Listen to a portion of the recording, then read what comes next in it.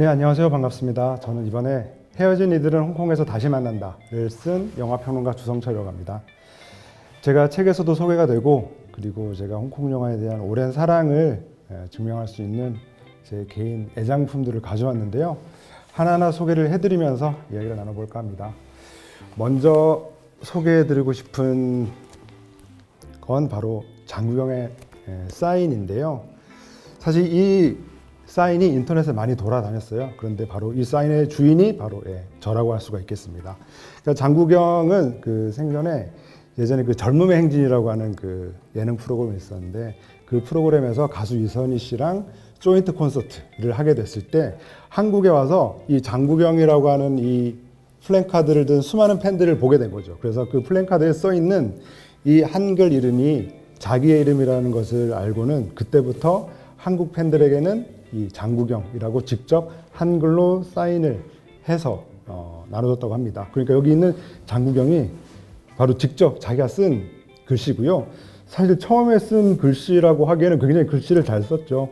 그래서 볼 때마다 굉장히 좀 가슴이 아련해지는 사인인데, 사실 제가 장국영을 생전에 직접 만나서 인터뷰해 본 적은 없는데요. 그렇게 이제 장국영을 생전에 만나보지 못했다라는 것이 저의 천추의 한이다라고 이제 말씀을 어떤 분과 나누던 중에, 사실 예전에 이제 방송국 PD 시절에 그 장국영이 한국에 왔을 때 장국영의 사인을 받으신 분이 계셨는데요. 바로 이 사인을 받으신 분이 이 사인은 그 너가 나보다 더 장국영을 깊이 사랑하는 것 같으니까 이 사인은 네가 보관하는 게 낫겠다라고 하시면서 이 사인을 친히 저에게 주셨는데요. 저는 볼 때마다 정말 이 가슴이 더 약간 더 물컥해지는 게 뭐냐면, 장국영이 생전에 했던 수많은 사인들을 제가 인터넷으로 봤는데, 이 큐피트의 화살 보이시죠? 이 사인을 할 때 도대체 무슨 심정으로, 또 그날 무슨 일이 있었길래 이런 큐피트의 화살을 좀 난데없이 그렸을까라는 생각이 들어서, 사실 이 사인을 볼 때마다 너무 미스테리하고 신비로운 그런 사인이기도 합니다.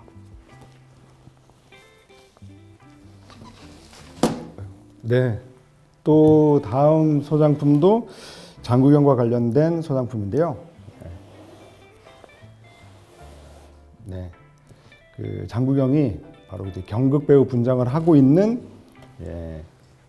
표지 사진을 이렇게 쓴 겁니다. 근데 이게 뭐냐면, 그 홍콩에 호웨라고 하는 이 대중문화 잡지가 있는데요.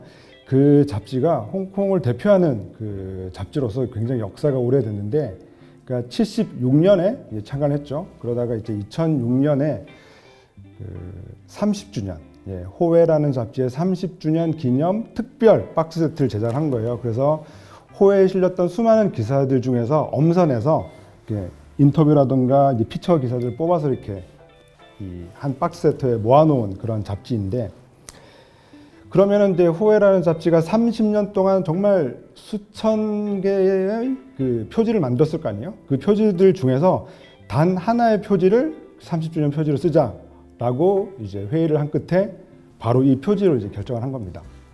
그러니까 사실은 30년 걸쳐서 정말 수천 개의 홍콩을 대표하는 수많은 배우들과 영화인들의 표지가 있을 텐데, 그 중에서 정말 장국영의 표지를 골랐다는 것 자체가 굉장히 의미심장한 일이고요. 그리고 이제 이거 보시면은 많은 팬분들은 그 패왕별이의 장국영을 표지로 만든 게 아닐까라고 생각하실 수도 있는데, 자세히 보시면은 패왕별이에서 이런 분장을 한 적은 없습니다. 근데 이게 어떤 사연이 있냐면요. 그 패왕별이라고 하는 영화가 만들어진다는 소식을 들었을 때 그 패왕별이의 그 역할을 맡기 위해서 장국영이 포트폴리오처럼 찍은 사진인 겁니다. 그러니까 내가 패왕별이라는 작품에 너무나도 관심이 있다.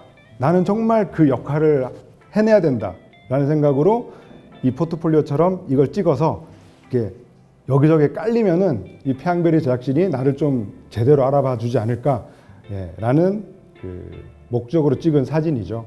그래서 사실 패왕별이에서 장국영은 뭐 패왕별이의 우희라던가 뭐 목단정의 뭐 두열함 같은 캐릭터들 연기했지, 이 캐릭터는 바로 이제 백사전의 백소정이라고 하는 캐릭터인데요.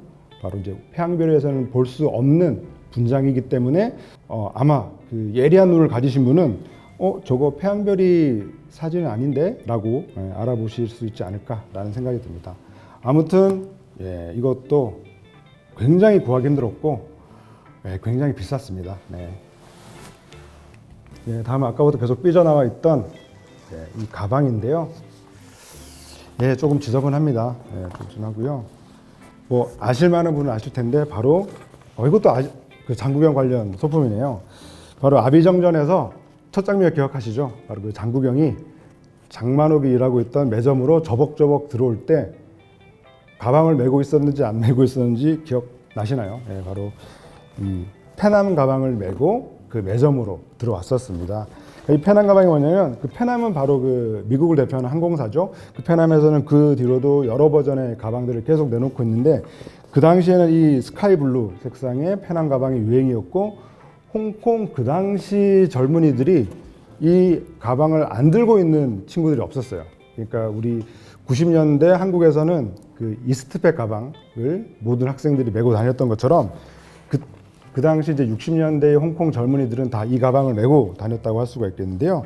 그 얘기는 이 아비정전에 출연한 이 아비를 연기한 이 장구경 그리고 그 아비라는 캐릭터 자체가 그냥 그 또래 친구들이 하는 거는 다 하는 그런 캐릭터였다라는 것을 잘 보여주는 것이기도 하고 또 이 페남이라고 하는 이 항공사가 그 당시에 홍콩 젊은이들이나 홍콩 사람들이 되게 동경하던 항공사이기도 했죠. 왜냐하면 홍콩은 그 당시에 카이탁 공항에 도심 속으로 이렇게 비행기가 착륙하는 그런 장면들을 많이 볼 수가 있는데 그만큼 그것이 뭔가 좀 비행하고 싶고 어딘가로 가고 싶어하는 홍콩 젊은이들의 어떤 그 내면을 반영하는 것은 아닐까라는 생각이 들죠. 그래서 아비정전뿐만 아니라 왕가의 수많은 영화들을 보면은 뭐 종이 비행기를 날린다던가 뭐 날아가는 비행기를 쳐다본다던가 하는 장면들이 굉장히 많은 걸로 봐서 그 영화 속의 아비가 마지막에 발 없는 새 이야기를 하기도 하잖아요.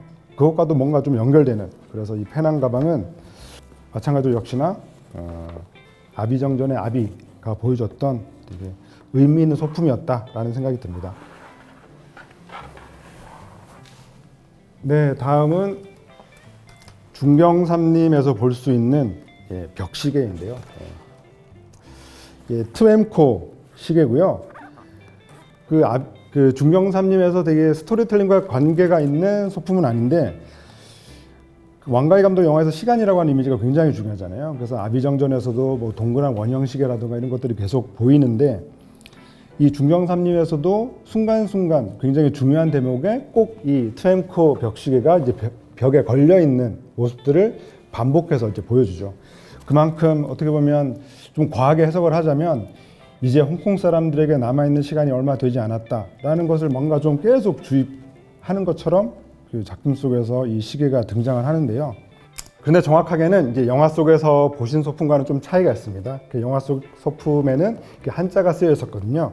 근데 한자가 쓰여 있는 이제 벽시계를 제대로 구하려면 이렇게 살 때 공이 하나 더 붙어야 되겠더라고요. 그래서 너무 비싸서 한자가 쓰여 있는 트웸코 시계는 제가 아쉽지만 구매를 하지 않았습니다. 네, 다음 소장품은 이게 제가 가져오느라고 되게 애를 먹었는데 떨리네요. 바로 그 화양연화에서 양조위와 그 장만옥이 그 골드핀치 레스토랑에서 두 사람만의 그 미래를 즐길 때 썼던 그 식기 세트입니다. 바로 그 미국 회사죠. 그 자기 회사인 그 파이어킹 사의 제디트 식기들인데요.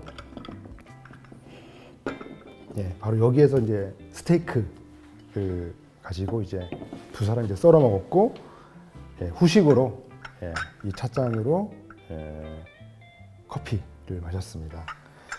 근데 이 제품이 좀 굉장히 의미가 있는 제품이에요. 왜냐하면 이 식기 세트는 그 전작인 그 아비정전에서도 이제 퀸스 카페에서 장구경과 그의 친구들이 늘 이렇게 음식을 먹을 때도 이 식기 세트를 썼거든요. 근데 이게 왜 중요하냐면 아비정전의 배경은 1960년이고 그리고 화양연화의 배경은 1962년인데 그때가 홍콩에 있어서 얼마나 중요했냐면 그 영국 식민지였던 홍콩이 그러니까 그때까지 그 이전까지 그 대영국 바로 영국과의 무역량이 가장 컸죠. 그러다가 60년대 초반 바로 아비정전과 화양연화의 그 사이의 시대에서 드디어 그 홍콩의 대미국 무역량, 그러니까 영국과의 교역량보다 미국과의 무역량이 더 커지면서 이제 홍콩은 더 이상 영국의 귀속된 국가가 아니라 어쩌면 영국의 지배로부터 벗어나서 우리들만의 어떤 경제력을 가지고 독자적으로 살아갈 수 있겠다.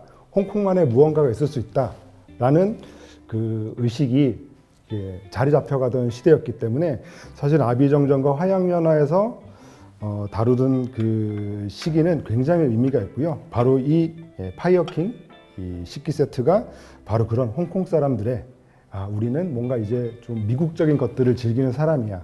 우리의 이런 문화들이 바뀌어가고 있어. 라는 것들을 이렇게 드러내주는 그런 소품이라고 하겠습니다. 네, 또 그리고 마지막은요. 사실 제가 이제 그 10년 전에 썼던 책 중에 이제 그 시절 우리가 사랑했던 장국영이라고 하는 책이 있는데요.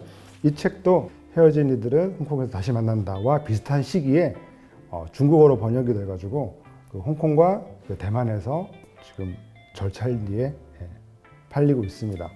근데 이 책에 여기 이게 바로 이제 왕가희 감독의 사인인데요. 사연이 있습니다. 그래서 왕가희 감독의 일대종사라는 작품으로 한국에 이제 그 방한 인터뷰를 왔을 때 제가 장국영을 생각하면서 이제 이런 책을 쓴 적이 있다라고 얘기를 하면서 이 책을 이제 증정해 드렸더니 이렇게 직접 저는 사실은 이제 안에다가 해주길 바랬는데 그냥 물어보지도 않고 그냥 바깥에다가 이렇게 아마 그 표지가 하얀색이기 때문에 그랬던 것 같은데요. 이렇게 이제 사인을 덥석 해주시더니 저에게 주신 적이 있습니다. 네, 이렇게 총 6개의 물품을 가지고 제가 이제 이런 개인 소장품을 가지고 이제 홍콩 영화와 장국영과 그리고 이번 출간된 책에 대해서 얘기할 수 있는 시간을 가져봤는데요. 사실 여기 있는 수많은 제품들이 사실 사인하고 뭐 이 박스 세트 정도를 빼면 사실 인터넷에서 굉장히 쉽게 구할 수 있고요. 특히나 이 식기 세트 같은 경우는 제가 화양연화에서 이제 소개하고 난 다음에 사신 분들이 굉장히 많더라고요. 그래서 특히 주말 같은 때 여기서 이제 믹스 커피 하나 타 드시면은 화양연화 분위기를 낼 수 있습니다. 이렇게. 그럼 여기서 오늘 제 소장품 소개는 마치도록 하겠습니다. 감사합니다.